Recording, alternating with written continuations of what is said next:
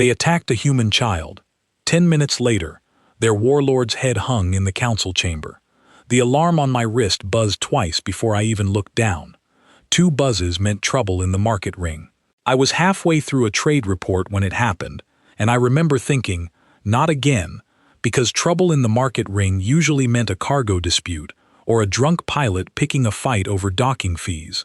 I did not know yet that this alarm would end with a head on a table in the council chamber and every species on this station rewriting what they thought they knew about us. My name is Marcus Idris. I work as a human attaché aboard Threshold Station, a wheel-shaped port built at the crossing point of 5 trade lanes, where a dozen different species come to buy, sell, argue, and pretend to like each other. It is neutral ground, which is a polite way of saying nobody trusts anybody, but everybody needs the station too much to burn it down. I grabbed my jacket and left the report open on my desk. The corridor outside my office was already filling with noise. Boots on metal, voices raised in 3 or 4 languages at once. I pushed through a cluster of Rithani traders arguing over spice prices, and none of them even looked at me. That should have told me something was wrong. On a normal day, half the station stops to watch a human hurry anywhere, because we are new here, and new things are interesting to people who have seen everything else already. I reached the market ring in under 2 minutes. What I saw stopped me cold. A girl, maybe 9 years old, was sitting on the floor with her back against a support column. Her name was Sina. I knew her because everyone on this station knew her. She was the daughter of a hauler named Derek Holt, a broad-shouldered man who ran short cargo runs between the station and the mining belts. Sina spent her days in the market corridors while her father worked, trading small favors for candy, helping vendors carry crates, memorizing the names of every alien species that passed through. She was by every account harmless. She was also, as I would soon learn, exactly the kind of person you do not touch if you want to keep breathing. Standing near her were 3 Vrask soldiers in full ceremonial armor, the kind worn only when someone important is visiting. And someone important was visiting. Threx Callum, warlord of the Vrask Dominion, had arrived on the station 2 days earlier to negotiate a new trade corridor through Dominion space. His honor guard walked the halls like they owned them, and in a sense, they did. The Vrask were a warrior culture, built on strength, hierarchy, and the belief that softness was a weakness to be corrected. They had made no secret of what they thought about humanity. We were the newest species in galactic society, and to the Vrask, we were an oddity, soft, sentimental, a species that brought its young everywhere instead of leaving them somewhere safe and out of sight. I had heard the comments before. In meetings, in corridors, Vrask officers speaking just loud enough for translators to catch it. They said we were unfit for the galactic stage because we could not separate emotion from strategy. They said a species that let its children wander freely among strangers had no understanding of danger. I used to find those comments irritating. Now, standing in that corridor, I understood they had been building towards something. One of the soldiers, the tallest of the 3, said something in Vrask that the station translator caught half a second later. Obstruction. He said the girl had been obstructing an honor guard's path. I looked at Senna. She was small, clutching her arm, her eyes wide but dry, the way children get when they are more shocked than hurt, not yet sure which one they are supposed to be. A thin trail of blood ran from her eyebrow down to her jaw. I felt something shift in my chest, cold and sharp, like a door opening onto vacuum. I stepped forward, keeping my voice level, the way every diplomatic manual tells you to. I asked what had happened. The tall soldier turned to look at me, and there was no concern in his posture, no hesitation. He explained, almost bored, that the girl had failed to yield the corridor quickly enough, and that a correction had been applied. He used that word, correction, like it was a technical term, like adjusting a machine. Behind me, I heard footsteps. More people were arriving now, drawn by the noise, by the sight of a human child on the floor. A woman named Amy Sutton, who ran a repair stall 3 shops down, was the first to reach Sena's side. She knelt without a word, checking the girl's arm, her face unreadable, but something in the way she moved was different from a moment before. Careful, focused, quiet in a way that felt louder than shouting. I asked the soldier to step back so we could get the girl medical attention. He did not move. He said the matter was closed, that humans needed to teach their young better discipline, and that this was, in his words, a mercy compared to what such disrespect would earn among his own people. I want to be honest about what I felt in that moment, because it matters for everything that came after. I did not feel fear. I felt a kind of stillness, the way the air goes still before a storm breaks, when you can feel pressure building somewhere just out of sight. More humans were arriving now. Dock workers, off duty from the loading bays, a pair of station engineers still in their coveralls, a young man named Nathan Cole, who ran security patrols on the lower ring, came around the corner and stopped dead when he saw the blood on Cena's face. I watched something pass across his expression, fast, controlled, gone in a second. He did not shout. He did not draw a weapon.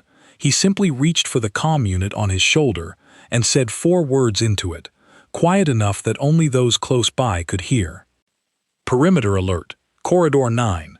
I did not understand yet what those words meant. I would understand very soon.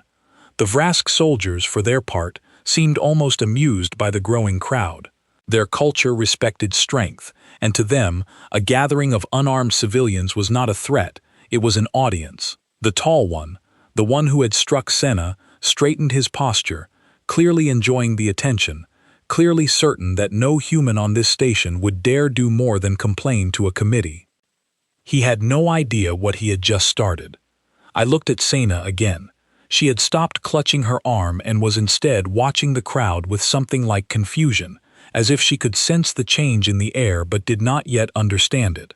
Amy Sutton wrapped an arm around her shoulders, murmuring something too soft for me to hear, and began guiding her away from the column, away from the soldiers, toward the edge of the gathering crowd. That was when I noticed the second thing that told me this was no longer an ordinary dispute. Nobody was leaving. On a normal day, a crowd like this would thin out fast once security arrived, once the excitement passed, once people remembered they had somewhere else to be. But this crowd was growing, not shrinking, and it was growing in a very specific way. Humans were arriving from every direction, not shoving, not shouting, simply arriving, and taking up positions, as if some silent signal had gone out, and every person within hearing distance had answered it at the same time. I saw Derek Holt push through the crowd near the edge of the corridor.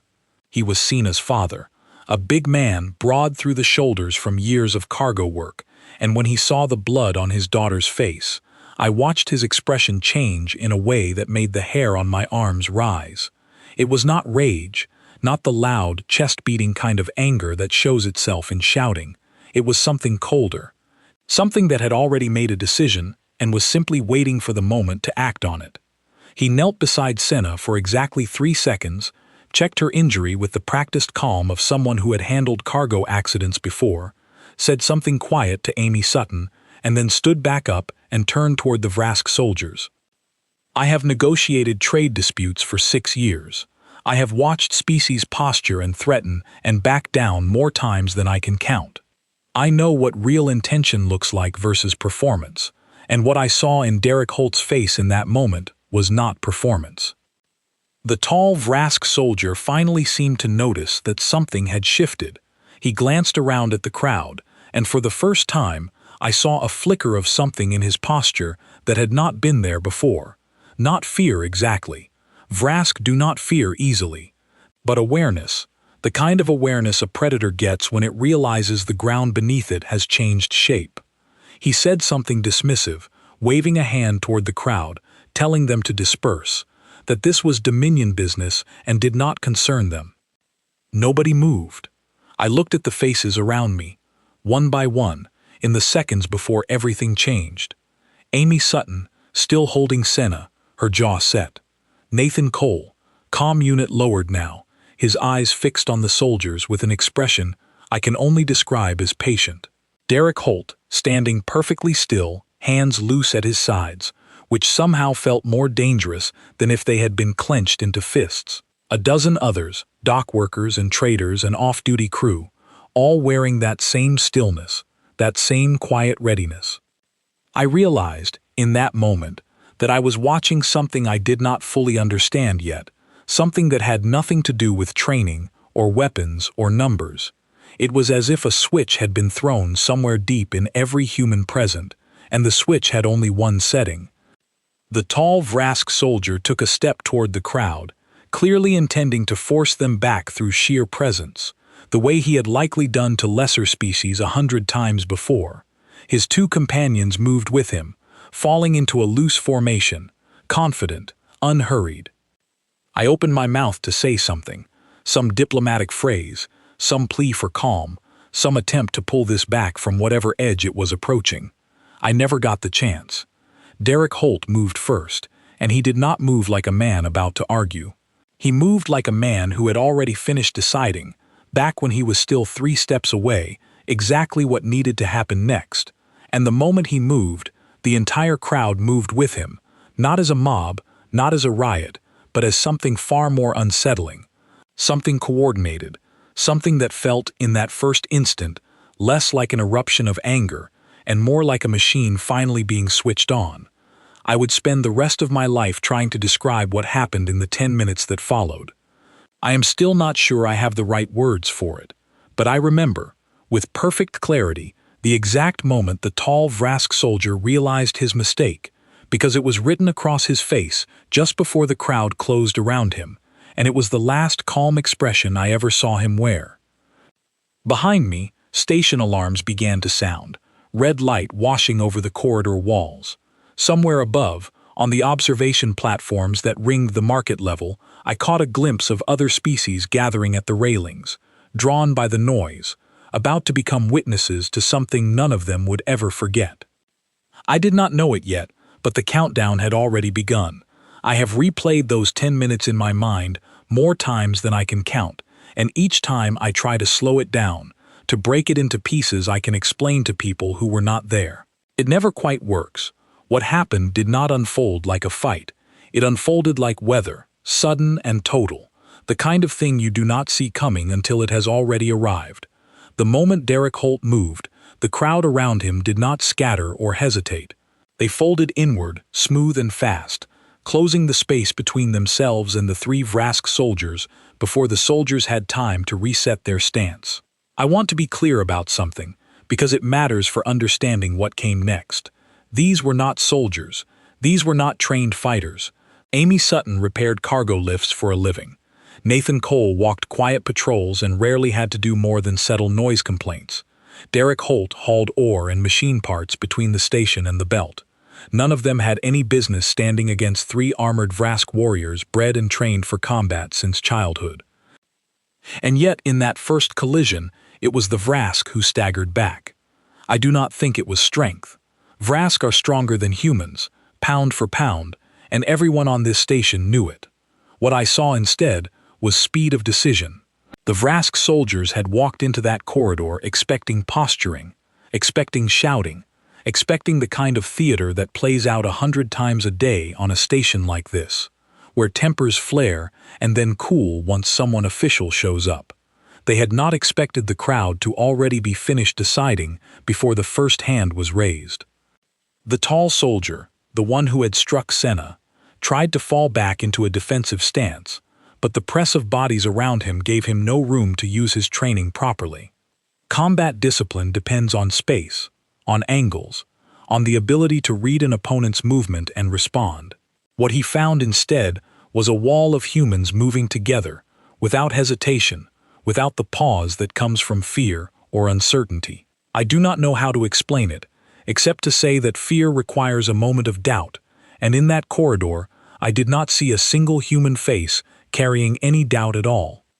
Station alarms wailed overhead, red lights strobing across the walls, and through the noise I heard Nathan Cole's voice, steady and clipped, calling for a full lockdown of Corridor 9, for security teams to converge, for medical to stand by. Even in the middle of what was happening, his voice did not shake. That detail stayed with me longer than almost anything else. A man who spent most of his days settling minor disputes between vendors was now coordinating a response to a diplomatic incident involving a foreign warlord's honor guard, and his voice did not shake once. I pushed forward, trying to reach a position where I could see clearly, trying to find some way to slow what was happening before it became something none of us could undo. I caught glimpses through the crowd. One of the Vrask soldiers went down first, not from a single decisive blow, but from being outnumbered in the exact spot where his armor offered the least protection, at the joints, where mobility mattered more than defense. Vrask's ceremonial armor was built for intimidation as much as protection, heavy at the chest and shoulders, thinner at the limbs. Whoever moved against him seemed to understand that instinctively, though I doubt any of them had studied Vrask armor design that morning. The second soldier fought harder, and for a moment I thought the tide might turn back in the Dominion's favor. He was larger than his companions, built like a wall, and he swept two humans aside with a single motion of his arm. I saw Amy Sutton stumble back, catching herself against a support column, and for one terrible second I thought the confrontation might slow, might give the Vrask room to reassert control. It did not slow. If anything, it accelerated. More humans arrived from the side corridors, drawn by the alarms, drawn by whatever instinct pulls people toward danger when someone they know is at the center of it. I saw a woman named Lena Ford, who ran a food stall near the transit hub, moving through the crowd with the same eerie calm I had seen in Derek Holt's face. I saw a young engineer named Paul Gantry, still holding a tool from whatever repair job he had abandoned mid-task, his expression fixed and unreadable. None of them were soldiers. All of them moved like they had already made peace with whatever was about to happen. I want to describe the sound of that corridor, because it has stayed with me. It was not loud in the way a riot is loud. There was no roar of a crowd, no chanting, no screaming. What I heard instead was a low, constant murmur of motion, boots on metal decking, the controlled breathing of people working hard. Occasional short commands passed between the humans coordinating the response. It was, in a strange and terrible way, quiet. Quiet in the way a hospital operating room is quiet, full of purpose and focus rather than confusion. Above us, on the observation platforms, other species had gathered in growing numbers. I caught sight of a group of Rithani traders frozen at the railing, their long limbs stiff with shock. Further along, a cluster of Ossivar merchants stood in absolute silence, their pale skin flushing lighter, a sign of distress in their physiology that I had only ever seen described in briefing documents. Nobody up there moved to help. Nobody moved to intervene. They simply watched, because what was happening below them did not look like anything they had a framework for understanding. I do not blame them for watching instead of acting. I am not sure what any of them could have done, and more than that, I think some part of every alien on that platform understood, even then, that this was not a moment to insert themselves into. Threx Callum arrived at the edge of the crowd roughly 4 minutes after it began, alerted by his personal guard, moving with the unhurried confidence of a warlord who believed his presence alone would end any conflict instantly. I saw him before he saw me, tall even among his own kind, his armor darker and more decorated than his soldiers, marked with the symbols of his rank. He carried himself the way I imagine conquerors have carried themselves across 1,000 different worlds, certain that his arrival would restore order simply because order was what he expected. For a moment, I believed it might work. The crowd near the edges seemed to pause as he approached, and I felt a brief, fragile hope that this might end without further escalation, that his authority might be enough to pull everyone back from whatever line had already been crossed. Then he spoke. I do not know exactly what he said, because the noise around us swallowed half of it, but the translator caught enough. He called the humans present an unranked species, a phrase Vrask used for cultures they considered beneath formal combat status. He said their behavior confirmed everything the Dominion already believed about humanity's lack of discipline. And then, with the same casual cruelty his soldier had shown toward Senna, he said something about children needing to learn their place before their parents did. I felt the temperature of the crowd change again, and this time it was not slow. It was immediate, total, like a held breath finally released. I do not think Threx Kalem understood, even in that moment, what he had just done. He had spent his life in a culture where rank determined outcome, where strength was measured in bloodlines and battle records, where an unranked species speaking against a warlord was simply not a category of event that existed in his understanding of the universe. He expected the crowd to yield the way lesser Vrask clans yielded when a warlord raised his voice. Instead, the crowd closed around him too. I lost sight of him for nearly a minute, swallowed by the press of bodies, and in that minute I heard sounds I still cannot fully describe, quick and controlled, without the wildness I would have expected from an unarmed crowd overwhelming an armored fighter. It did not sound like confusion. It sounded like work. Grim, focused, necessary work. The kind people do when they have already decided there is no other option and simply need to get through it. Nathan Cole's voice cut through the noise again, calling for medical teams to prepare, calling for containment at both ends of the corridor, calling for the council to be notified of a security incident involving a foreign dignitary. Even in the center of what was happening, someone was still thinking 3 steps ahead, still managing the practical machinery of what would need to happen next.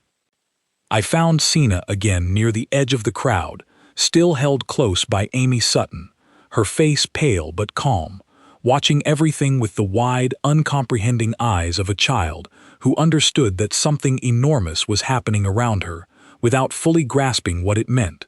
Derek Holt reappeared beside them a moment later, breathing hard, his knuckles scraped, and the first thing he did, before anything else, was kneel down and check his daughter's injury again, gently, carefully, as if the last several minutes had not happened at all.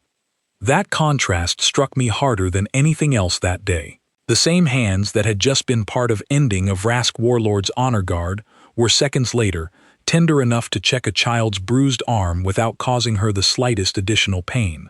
The crowd began to part near the center of the corridor, slowly, deliberately, and I understood that whatever had needed to happen had finished happening. I stepped forward, my legs unsteady beneath me, and looked toward the space the crowd had cleared. Threx Kalem lay motionless on the corridor floor, his ornate armor scratched and dented, his 2 soldiers beside him in no better condition. The station alarms continued to wail, red light pulsing across the scene, and for a long, strange moment, nobody spoke at all. The only sound was the mechanical hum of the ventilation system and the distant thud of approaching security boots, arriving far too late to have changed anything. I looked at my wrist display. The time between the first alarm and this moment of silence had been exactly 9 minutes and 40 seconds. I would spend the rest of that day, and many days after, trying to understand what I had witnessed. But standing there in that corridor, watching the crowd slowly begin to disperse, watching Derek Holt lift his daughter into his arms, watching Amy Sutton wipe blood from her own knuckles without any visible reaction, I understood one thing with absolute clarity, even before the council convened, even before the diplomatic fallout began. Something on this station, and perhaps across every human colony connected to it, had just been revealed to species who had never truly understood what they were dealing with, and I suspected, even then, that the galaxy was about to learn it too. Station security arrived almost a full minute after everything had already ended, and I remember the strange, hollow feeling of watching them rush into a scene that no longer needed rushing into. A dozen officers in gray uniforms poured into the corridor, weapons raised, shouting for everyone to step back, and then slowly, one by one, they lowered their weapons as they took in what was actually in front of them. Not a riot, not a brawl still in progress. A corridor full of quiet, exhausted humans standing over 3 motionless Vrask soldiers and their warlord, with a child being carried gently away in her father's arms. The lead officer, a woman named Elena Brooks, stopped in the middle of the corridor and simply stared for several long seconds before keying her comm unit and requesting medical, containment, and a direct line to the station council all at once. I had worked with Elena for 2 years. I had never heard her voice sound the way it sounded in that moment, careful and measured, like someone walking across ice she was not sure would hold. Medical teams moved in next, checking the fallen Vrask first, though it quickly became clear that Threx Callum himself had not survived the encounter. His 2 soldiers were alive, though badly injured, and were placed under careful watch as they were stabilized. I noticed something odd in the way the human medical staff treated them. No anger, no hesitation, simply the same clinical care they would give anyone else. Whatever had happened in that corridor, it seemed the moment it ended, so did the intensity behind it. There was no lingering violence in the room, only a strange, settled calm, as if something necessary had been completed, and everyone present understood there was nothing left to prove. I found Derek Holt near the edge of the corridor, sitting on an equipment crate, with Senna wrapped in a blanket someone had produced from a nearby supply station. Her injury had already been cleaned and bandaged by a passing medic. She was quiet, watching the activity around her with tired eyes, and when she saw me looking at her, she gave me a small, uncertain smile, the kind of smile children give when they are not sure if they are in trouble. I told her she had done nothing wrong. I am not sure she believed me, but she nodded anyway. Derek did not look at me right away. He was staring at the far end of the corridor, where Threx Callum's body was being carefully documented by station investigators, and when he finally spoke, his voice was quiet, almost apologetic, though I understood immediately he was not apologizing for what had happened. He said he had not meant for anyone to die. He said he had only meant to stop them. I believed him. I still believe him. I do not think anyone in that corridor walked in intending to end a warlord's life. I think what happened was something closer to a flood, breaking through a dam that had been cracking for a long time, built from every dismissive comment, every casual insult, every small cruelty humans had absorbed quietly since joining galactic society, all of it releasing at once, in defense of a child who had done nothing but exist, in the wrong place at the wrong moment. Word of what happened spread through the station faster than any official report could move. By the time I made my way back toward the administrative ring, less than 20 minutes after the alarm first sounded, I could already see clusters of alien traders and crew members gathered around public terminals, watching early security footage that had somehow already leaked from internal systems. I passed a group of Ossivar merchants standing frozen in front of a display screen, their pale skin still carrying the faint discoloration that signaled distress in their species. None of them spoke as I passed. They simply watched the footage loop again and again, as if repetition might make it easier to understand. I received a summons to the station council chamber less than an hour later. The message was brief, formal, and carried a weight I had never felt in any previous communication from that office. My presence was required as a witness and as a representative of the human delegation. I understood, reading those words, that this was no longer a local security matter. This had become something that would need to be addressed at the highest level the station could offer, and likely well beyond it.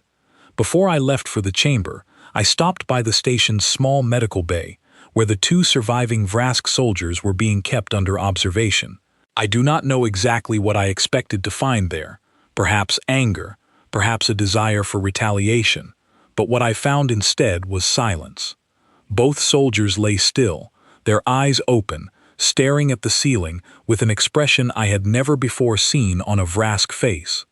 It took me a moment to recognize it, because it was so unfamiliar in their culture. It was disbelief. Not disbelief that they had lost, exactly, but disbelief that the species responsible for their defeat had been the one species in the galaxy their entire culture had taught them to dismiss as unworthy of serious consideration. I asked one of the attending physicians, a calm and steady woman named Grace Doyle, how they were responding to treatment. She told me their injuries were manageable, that they would recover physically, but that something in their demeanor had shifted in a way medical care could not touch. She said it reminded her of shock, though not the kind that comes from physical trauma, the kind that comes from having an entire worldview quietly dismantled in under 10 minutes. I left the medical bay and made my way toward the administrative ring, passing through corridors that had already fallen unnaturally quiet. Word had clearly traveled ahead of me. Alien crew members stepped aside as I passed, not out of fear exactly, but out of a kind of careful, uncertain respect, as if they were no longer sure what category of being they were looking at when they looked at a human. Outside the council chamber, I found the delegation gathering, human and otherwise.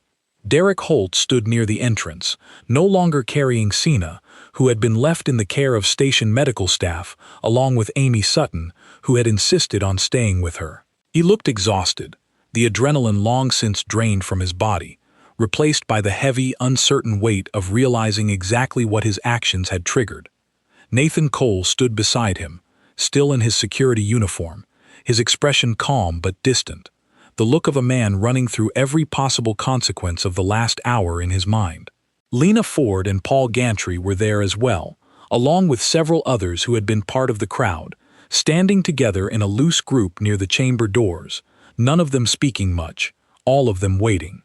A station official approached us, her face carefully neutral in the practiced way of someone trained to remain composed regardless of circumstance. She informed us that the council had convened an emergency session, that representatives from every major species with presence on the station had been summoned, and that the matter of Threx Callum's death would need to be addressed immediately, given the diplomatic weight of his position within the Vrask Dominion. She also informed us, in a tone that suggested she herself was still processing the decision, that Threx Callum's remains, specifically his head, removed during the final moments of the confrontation, as proof of the Warlord's defeat, according to a Vrask custom of acknowledging fallen leadership, would be presented before the council as part of the official record. I remember feeling a strange, cold clarity settle over me at that statement. I understood immediately that this was not simply a report being filed. This was a message being delivered, whether intentionally or not, to every species watching, about exactly what had happened when a group of ordinary, unarmed humans decided that a child's safety was not something they were willing to negotiate. The chamber doors opened a few minutes later. Inside, I could already hear the low murmur of dozens of voices in dozens of languages, translators working overtime to keep pace with a room full of representatives who had gathered faster than protocol should have allowed, drawn by the same disbelief that had gripped every alien face I passed in the corridors outside. I looked at Derek Holt one last time before we stepped through those doors. He met my eyes, and for a brief moment, I saw something pass between us that needed no translation. Neither of us had asked for this. Neither of us had wanted it. But it had happened, and now, together with everyone who had stood in that corridor an hour earlier, we were about to walk into a room and show the galaxy exactly what it had chosen to underestimate. I took a breath, steadied myself, and followed the others inside. The council chamber was built for exactly this kind of moment, though I doubt its architects had ever imagined a scenario quite like the one unfolding within it that day. It was a wide, circular room, rising in tiers around a central floor, designed so that every species present, regardless of height or posture, could see and be seen by every other delegate in the room. Normally, sessions here were calm, procedural, filled with careful diplomatic language and long pauses for translation. That day, the moment we stepped through the doors, I felt the air itself carry a different kind of pressure, tense and electric, as if the entire chamber had been holding its breath since the first reports arrived. Every seat was filled. Representatives from species I had only ever seen in passing during quiet trade negotiations now sat forward in their chairs, eyes fixed on the center floor, watching in a silence that felt heavier than any shouting could have been. I saw Rithani delegates with their long limbs folded tightly, a posture I had learned meant deep unease. I saw Ossivar representatives whose pale skin had not yet returned to its normal color. I saw delegates from species I could not immediately place, drawn to this session by word that had clearly traveled faster than any official channel could manage. At the center of the room stood a simple metal table, and it was toward that table that every eye in the chamber kept returning, again and again, no matter how the session tried to proceed around it. Threx Callum's head rested there, placed with a careful, deliberate formality by station officials following, as I later learned, a specific Vrask protocol for acknowledging a fallen leader in a manner their own culture would recognize as honest and complete. There was no attempt at spectacle, no theatrical presentation. It sat there simply, undeniably, a fact rather than a display, and its presence alone did more to silence that room than any speech could have managed. I was asked to give my account first, as the ranking human diplomatic presence who had witnessed events from their earliest moment. I stood at the podium, aware of every eye in that chamber fixed on me, and I told them exactly what I had seen. I described the corridor. I described Senna, sitting against the support column with blood on her face. I described the Vrask soldier's dismissive explanation, the word correction, spoken as if a child could be adjusted like faulty equipment. I described the crowd gathering, not out of anger exactly, but out of something quieter and far more absolute. I described Threx Kalem's arrival, his words about unranked species, his casual remark about children needing to learn their place. I did not embellish anything. I did not need to. The truth, spoken plainly, was more than enough to hold that room in complete silence. When I finished, the Rethany ambassador rose slowly from her seat. Her species was known throughout the galaxy for careful, methodical diplomacy, rarely given to strong reactions of any kind. Her voice, when it came, was quiet, almost hesitant, a tone I had never before heard from a Rethani representative in any session I had attended. She said that her people had encountered many species across many centuries of expansion, warlike ones, peaceful ones, ones driven by commerce, and ones driven by conquest. She said that in all that time she had never encountered a species whose reaction to a threat against its young could be measured in minutes rather than negotiations. She said this observation carried no judgment, only a request that the Council understand the significance of what had occurred, because it would need to inform every future interaction any species present might have with humanity going forward. A representative from the Kesh Compact, a species known for blunt commercial pragmatism, spoke next, and his words carried a different kind of weight. He pointed out plainly that the Vrask Dominion had for decades built its reputation on the assumption that strength alone determined outcome, and that assumption had just been proven catastrophically wrong in the space of 10 minutes, against a species with no formal military presence anywhere near this station. He said the galaxy had made a serious error in categorizing humanity as a soft or sentimental culture, when what it had actually encountered was a species whose sentiment operated as an instantaneous and total mobilization of will the moment its most protected members were endangered. I watched the Vrask delegation throughout these statements, a small group seated near the chamber's edge, distinct from Threx Kalem's personal guard, sent by the Dominion's broader council to oversee the trade negotiations that had brought their warlord to this station in the first place. Their reactions moved through something I can only describe as controlled devastation. Vrask culture placed enormous weight on strength and hierarchy, and the death of a warlord at the hands of an unranked, unarmed civilian population was not simply a loss. It was, within their own framework, a kind of existential contradiction, a fact that did not fit into any category their society had prepared them to process. One of the Vrask representatives, an older officer whose name I later learned was Draith Sorn, rose to speak, and his voice carried none of the arrogance I had grown used to hearing from Vrask delegates in previous sessions. He said, carefully, that the Dominion would require time to properly understand what had transpired, that internal processes would need to determine how such a failure of judgment on the part of Threx Kalum and his honor guard had been allowed to occur, and that the Dominion wished it to be known that this incident did not reflect an intention toward open conflict with humanity or its allies. I understood, listening to him, that I was watching a species attempt to walk backward from the edge of a war it had almost started without ever intending to, purely because its own cultural assumptions had blinded it to what it was actually provoking. The chamber's presiding officer, a station administrator whose neutrality had been carefully cultivated over decades of service, finally addressed Derek Holt directly, asking him, in formal terms, to account for his actions in the corridor. I watched Derek stand, still visibly exhausted, still carrying the weight of everything that had happened, and when he spoke, his voice was steady in a way that surprised me, given everything he had been through in the previous hours. He said he was a hauler, not a soldier, not a diplomat, not anyone trained or prepared for what had happened. He said he had no plan when he moved, no strategy, no calculation of risk or consequence.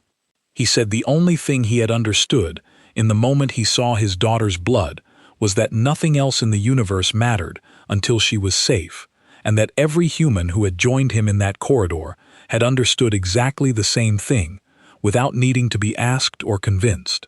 He said humans did not fight wars first for territory, or pride, or resources, though those things mattered too, in their proper place.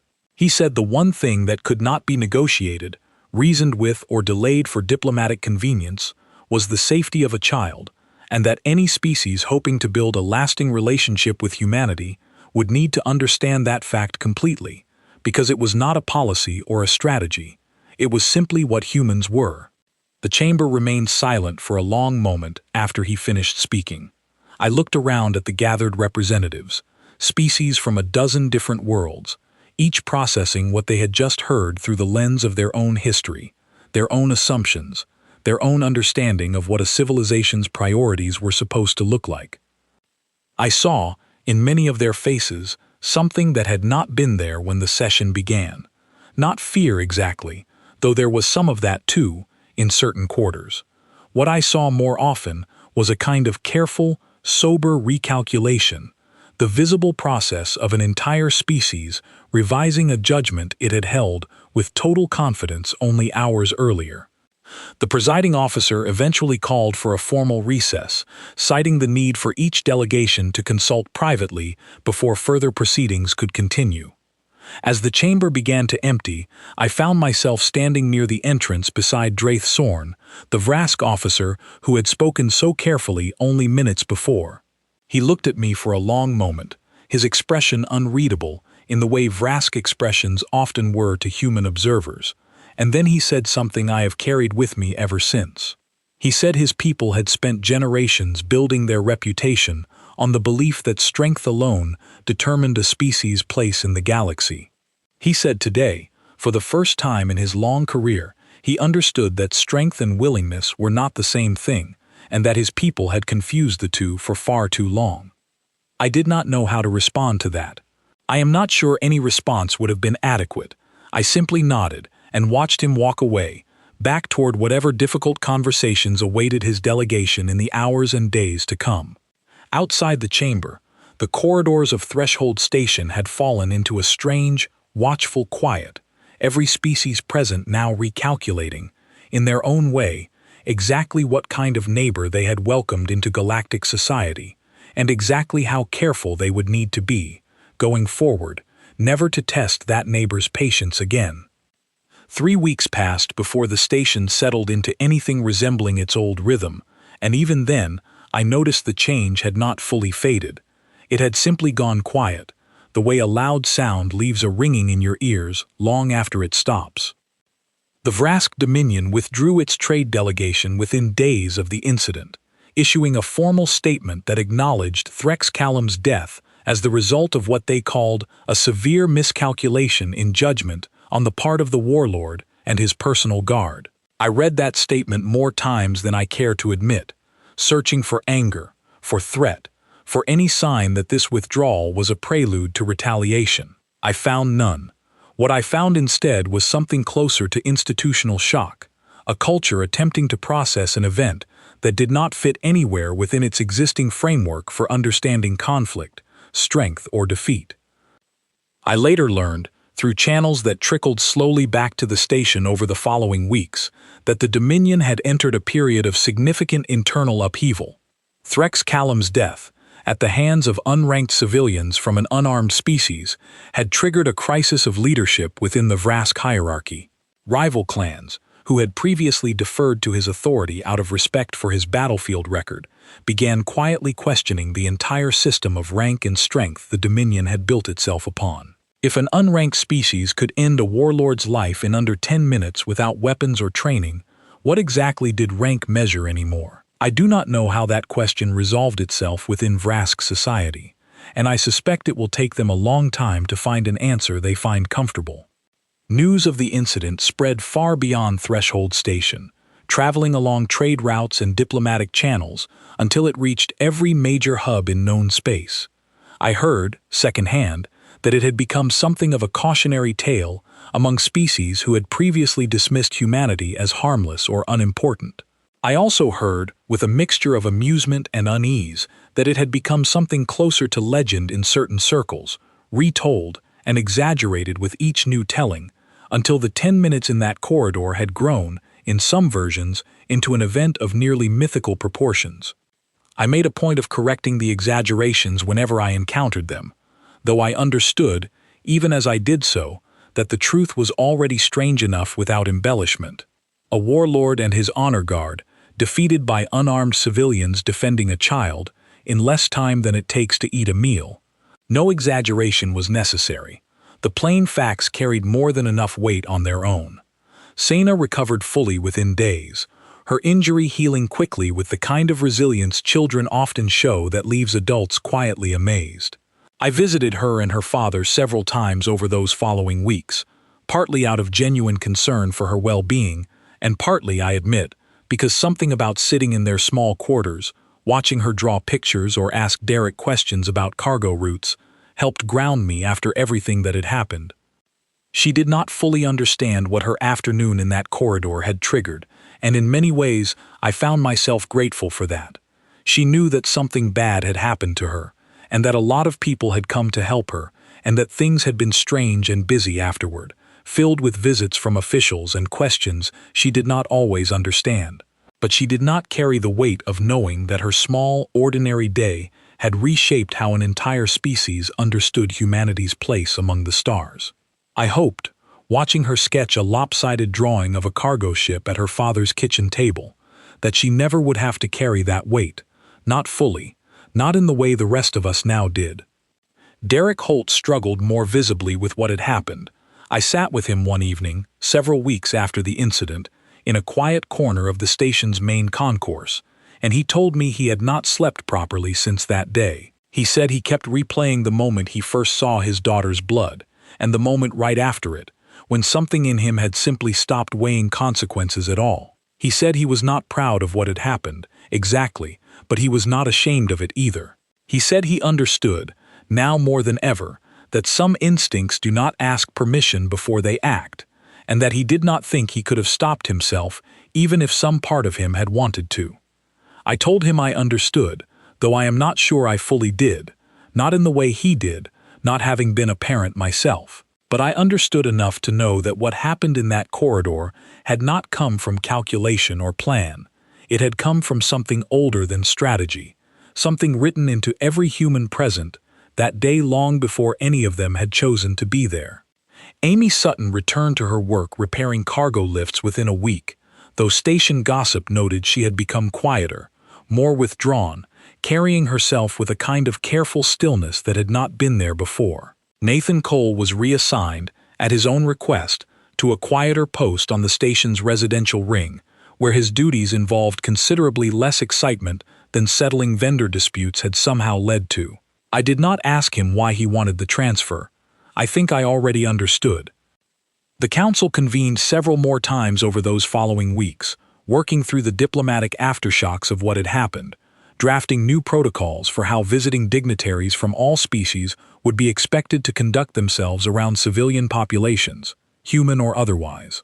I sat through most of those sessions, and I noticed a subtle but persistent shift in how other delegates addressed the human representatives present. There was a new carefulness in their tone, a new deliberateness in their word choice, the unmistakable caution of species who had recently discovered they had been operating under a serious misunderstanding. I found myself reflecting often, during those long council sessions, on what I had believed when I first arrived at this posting. I had come to Threshold Station with the quiet assumption that humanity needed to prove itself worthy of a seat among older, more established species, that we were the newcomers who had to earn our place through patience, diplomacy, and careful demonstration of our value. I had spent years operating under that assumption, treating every interaction as a small test humanity needed to pass. I understand now that I had the situation backward. It was never humanity being tested. It was every other species, quietly, without realizing it, testing how far they could push before something in us answered back. Most of them, across most of galactic history, had simply never pushed hard enough to find out. Threx Callum did. I think about that corridor often, even now, months after the event. I think about the stillness in Derek Holt's face before he moved, the calm in Amy Sutton's expression as she wrapped an arm around a bleeding child, the steady, unshaken voice of Nathan Cole coordinating a response to a situation none of his training had prepared him for. I think about the crowd that gathered not out of anger but out of something quieter and more absolute, a shared, unspoken understanding that required no debate, no persuasion, no time at all to reach. I think, too, about Draith Sorn's words outside the council chamber, about strength and willingness being different things, about his people confusing the two for generations. I suspect many species across the galaxy have made that same mistake, measuring humanity by our weapons, our ships, our formal military strength, when the thing that actually defines us has always been something else entirely, something that cannot be measured in fleets or firepower. We do not fear conflict, but we do not seek it either. We build, we trade, we negotiate, we compromise, sometimes to a fault. We can seem slow to anger, patient to the point of appearing passive, willing to absorb insults and slights that other species would have answered immediately and without hesitation. But there is a line, quiet and absolute, that exists beneath all of that patience, and it does not move, no matter how loudly a warlord's reputation precedes him, no matter how confidently a soldier believes his strength guarantees the outcome. That line exists around our children, around the smallest and most vulnerable among us, and it does not bend for rank, for tradition, or for anyone's assumption of superiority. Threx Callum crossed that line without understanding it existed, confident that his species' long history of dominance would carry him through any consequence humanity might offer in response. He was wrong, and the 10 minutes that followed his mistake became something the entire galaxy would spend years trying to fully understand. I do not know what the future holds for humanity's place among the stars, or how many more species will need to learn this lesson before it becomes common knowledge rather than legend. But I know this much for certain, having stood in that corridor and watched it happen with my own eyes. They did not fear us because we were strong. They feared us because, for 10 minutes, we did not care if we were.